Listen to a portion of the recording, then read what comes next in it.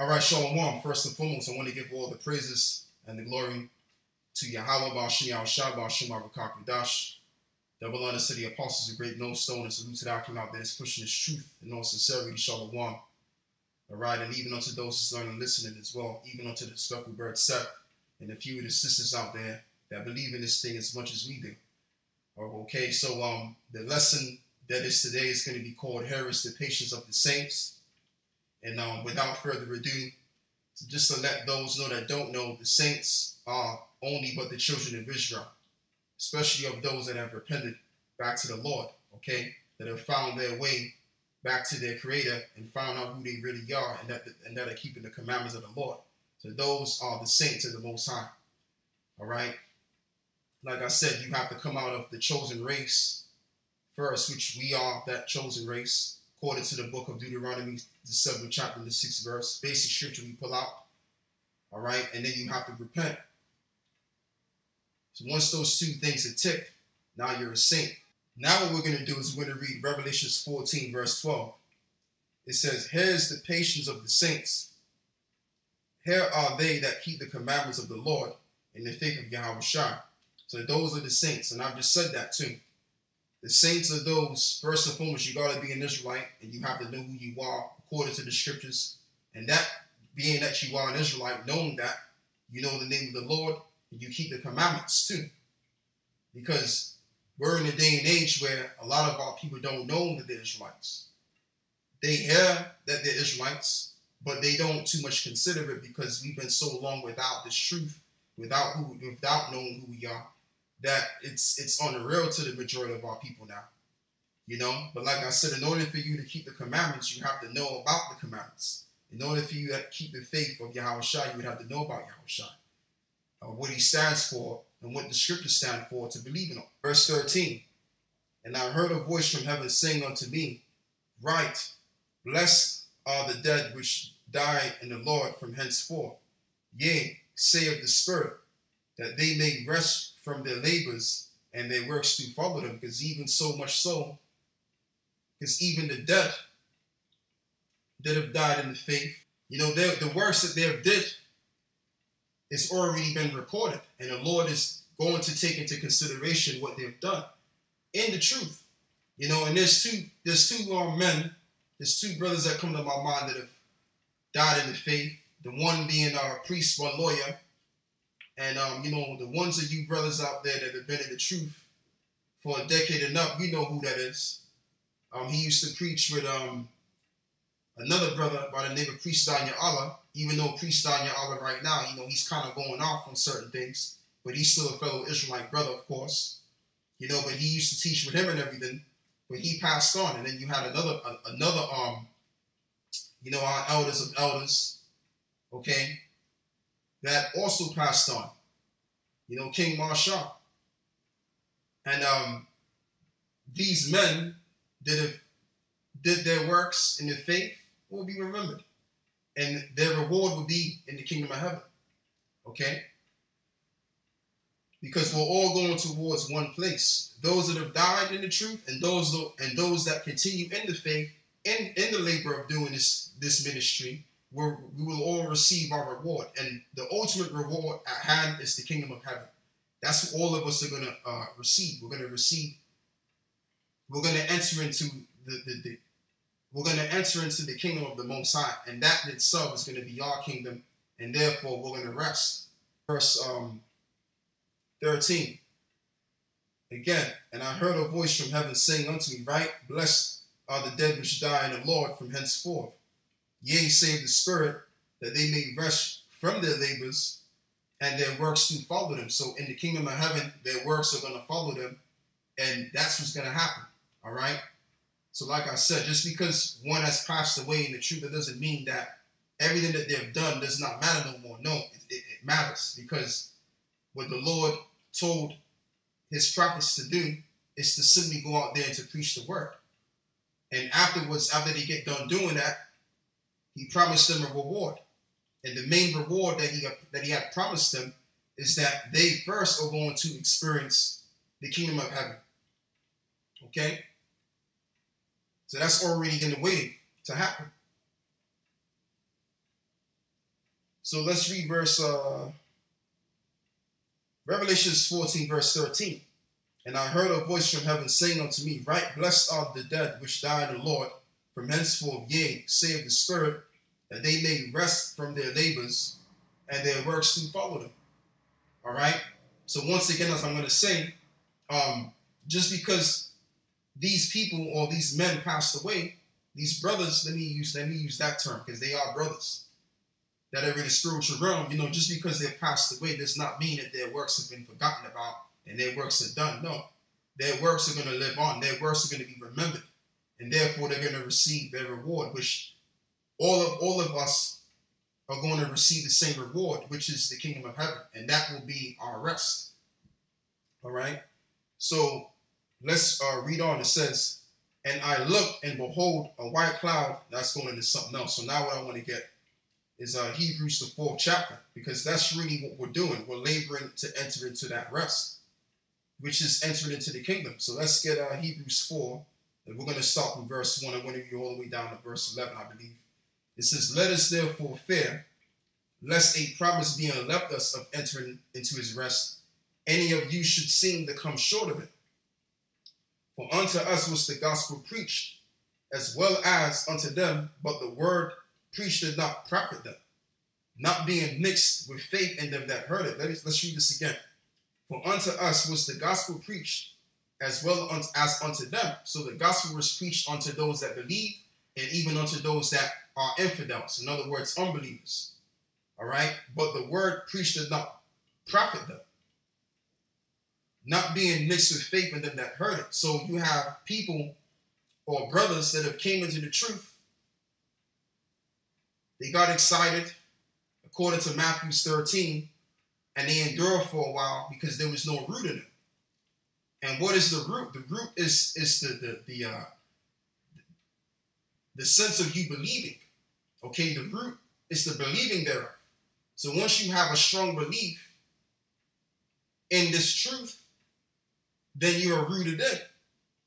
Okay, you're going to endure to the end because, again, there's two things you got to have. You got to have the belief, and you also got to have the faith, which also faith is a gift from the Most High himself. So the Lord gave you that gift of faith to believe in this thing to the very end, that you are of the elect. All right? You are the fruit that's meet for repentance, that no man can pluck out of his hand. Okay? By any form of wayward philosophy there be. As the scriptures also says, that if it were possible to deceive the very elect, but it is not possible to deceive the very elect. Okay? Because they're preordained for their own salvation and to enter into that rest ultimately, which is the kingdom of heaven. So let's read on. It says, verse 2 again, for unto us was the gospel preached as well as unto them, but the word preached did not profit them, not being mixed with faith and in them that heard it. So it wasn't mixed in faith. And this is why the ones of our brothers that came into this thing, they left and they fell out of it. Okay, because they weren't grounded in the faith. They weren't rooted. Which the thing that roots you is the faith, the gift of faith. Verse 3. For we which have believed do enter into rest, as he said, as I have sworn in my wrath, if they shall enter into my rest, although the works were finished from the foundation of the world. For he spake in a certain place of the seventh day on this wise. And the Most High did rest the seventh day from all his works. And in this place again, if they shall enter into my rest, seeing therefore it remaineth that some must enter therein. So who are the some that must enter therein? The elect, the 144,000 that came out of each tribe, the 12,000 coming out of each of the 12 tribes. These are the some that are gonna enter therein. And they to whom it was first preached entered not in because of unbelief. What does it say in Luke, the 9th chapter? No man having put his hand to the plow looking back is fit for the kingdom. Because all of our people, man, all of Israel, according to Romans the 11th chapter, it says all of Israel shall be saved. But how is that going to be done? What Paul was basically saying is that all of Israel, all of us are going to be preserved and taken care of in the kingdom. Okay? But you're just going to have the 2/3 of our people, they're going to have to get it the hard way. And the hard way is that a lot of them are going to perish. They're going to die. All right? Whether it's by the famines, whether it's by the pestilence, or whether it's by the great astronomical destruction that's coming down. And that's how they're going to get through into the kingdom. Okay? But the men that survived and became purified due to the affliction of what came upon them, and they, being that they endured to the end and were saved, these same men are gonna inherit the kingdom of heaven. The elect I'm talking about, and through the elect, the 2/3 are gonna come back, and the reincarnation is newborn babies, and all of Israel, they're gonna be at rest. They're gonna be situated and blessed in the kingdom. But it's just that the 2/3 they have to get it the hard way, meaning they have to die and come back and get it all over again. So let's read verse 8. Salakia, what am I doing? I mean, so let's read verse.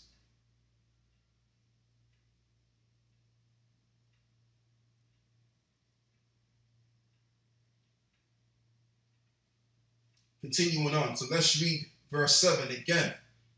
He limiteth a certain day, saying in David, today, after so long a time, as it is said, today, if you will hear his voice, harden not your hearts. Verse 8, for if Yahushua had given them rest, then would he not afterward have spoken of another day.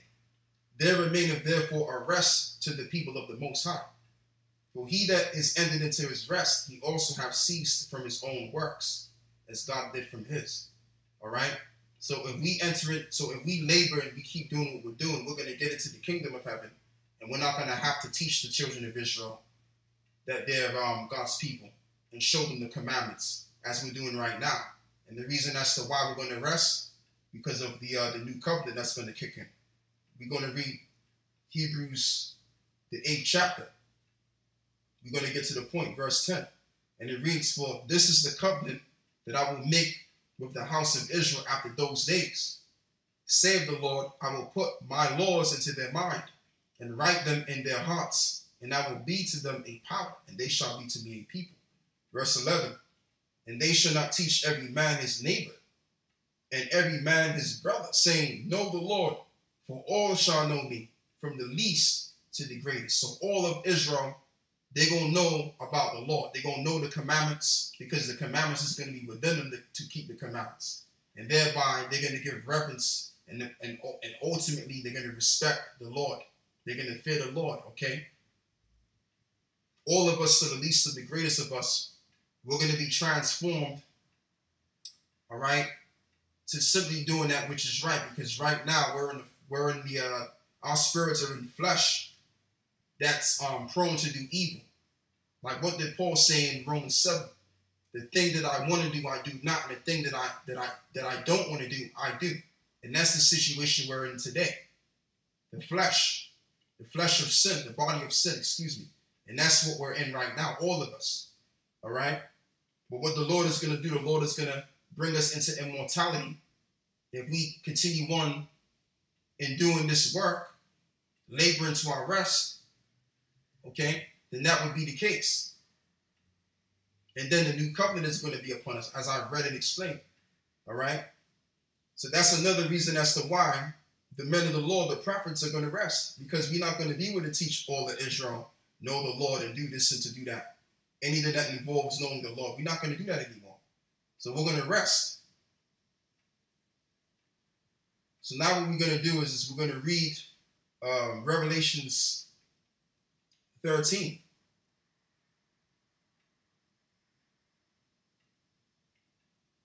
Nine and 10. Because there's another thing that we're going to withdraw from. We're going to withdraw from our captivity. Because we're laboring for Esau too, aren't we? So let's read verse 9.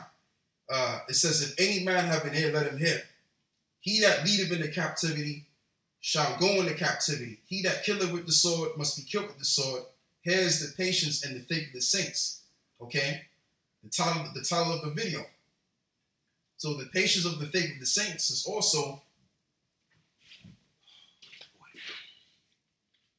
Salakia. I'm right back. All right, so another thing that we're going to be drawn from is laboring under Esau.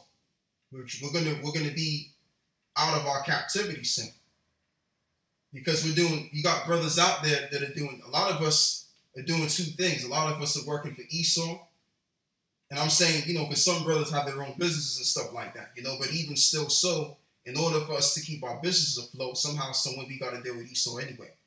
So we're all under Esau's program. We're all under Esau's system. Let me use that word. So we're all laboring to survive under Esau's economy. But there's going to come a time that even that's going to be withdrawn. Our captivity is going to end. So we're going to end. We're going to be resting away. We're going to be entering into another way of life where we're not going to be laboring and also, upholding the system, being in captivity, as I've said. All right. So let's read Revelations 13.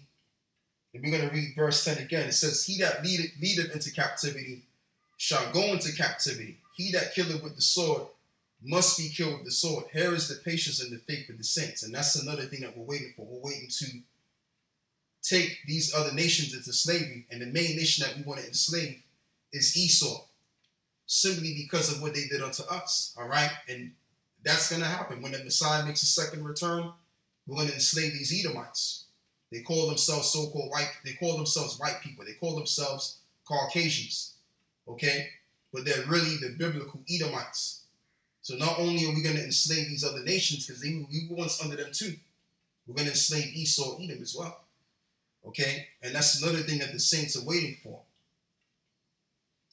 So, like I'm going to say again, not only are we going to enter into our rest from doing the Lord's work, but we're also going to withdraw from laboring under Esau and laboring, because we've been on all of these other nations. When you research the history of Israel, Israel's been in captivity under the Babylonians. We've been captive under the Egyptians, the Persians and the Medes, the Assyrians, etc., etc. Goes on and on and on.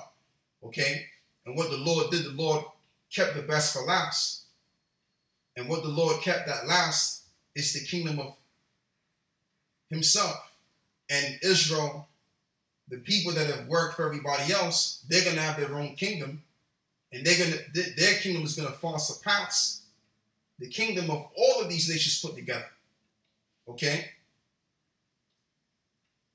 So we're going to withdraw from laboring under these other nations. So let's read verse. So that's it on that. So now what I want to get Isaiah 14.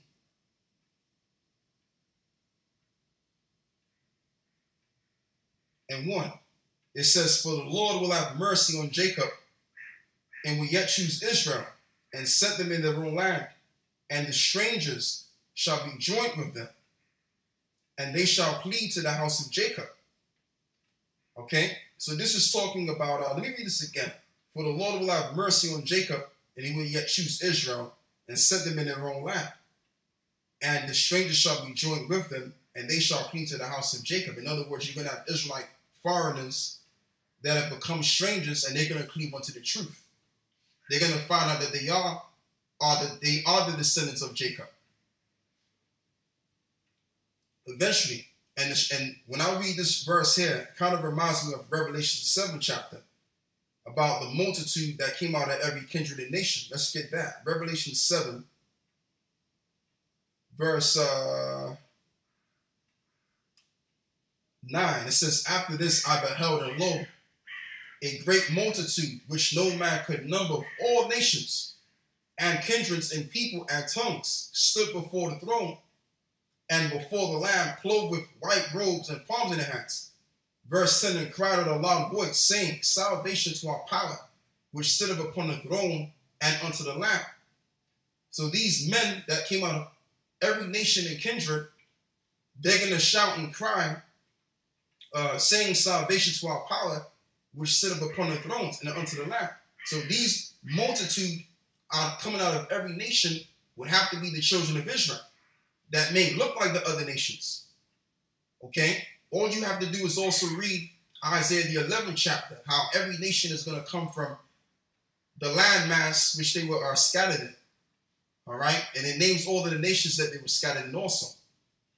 All right. So that's all you got to do. So now what I'm going to do is I'm going to go back to Isaiah 14.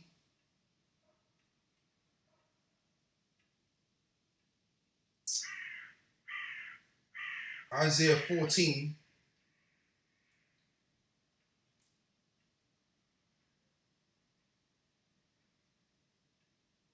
No, not Isaiah 4. Isaiah 14, verse 2 now. And the people shall take them and bring them to their place, and the house of Israel shall possess them in the land of the Lord for servants and handmaids, and they shall take them captives, whose captives they were, and they shall rule over their oppressors. The modern day oppressor right now is the children of Edom that's ruling over us. As we see, Jake has all kind of skills and visions that they want to express, that they want to bring about.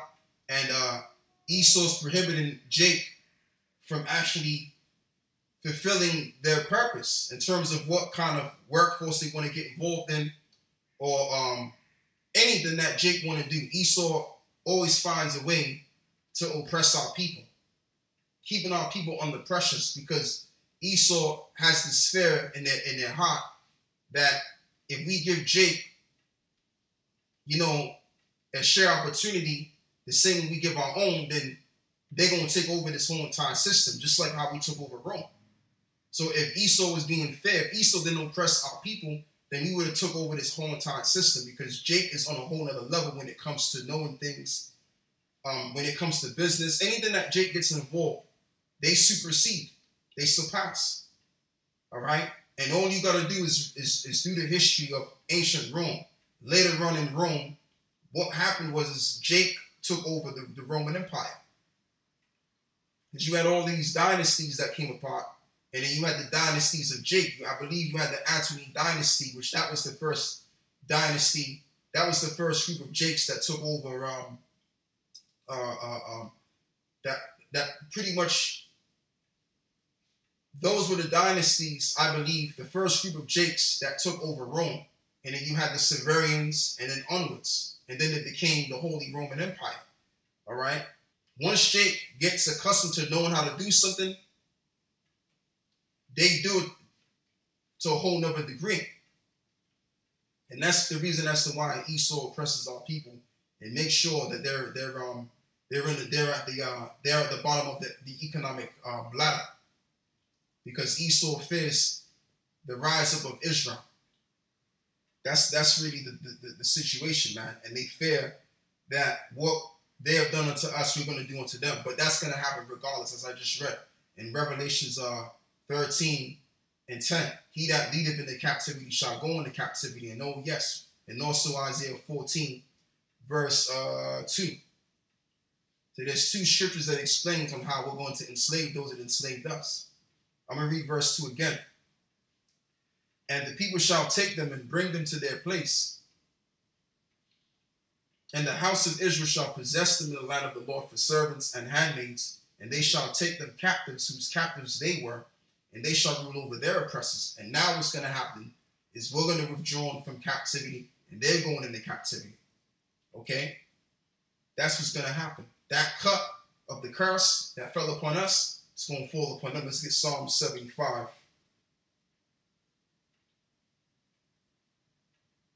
Psalm 75, verse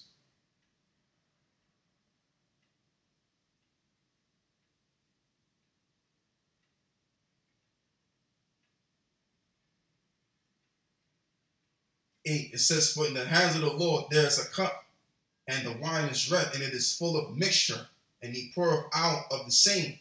But the dregs thereof, all of the wicked of the earth shall wring them out and drink them. And this is verse 9, but I will declare forever, I will sing praises unto the Most High of Jacob. Verse 10, all of the horns of the wicked also will I cut off, but the horns of the righteous shall be exalted. Okay, so they're going to drink that cup. What is that cup? What that entails is that they're going to experience the downfall of their society as they are right now, right? And they're also going to experience the nuclear destruction that's getting ready to come. And then they have to experience going into slavery under the same people they enslaved. And that's what it means that they're going to have to drink that cup. So with that, first and foremost, I want to give all the praises and the glory to Yahweh, Ba'ashem, Yahushua, Ba'ashem, Arakak, Shalom, and I'm out.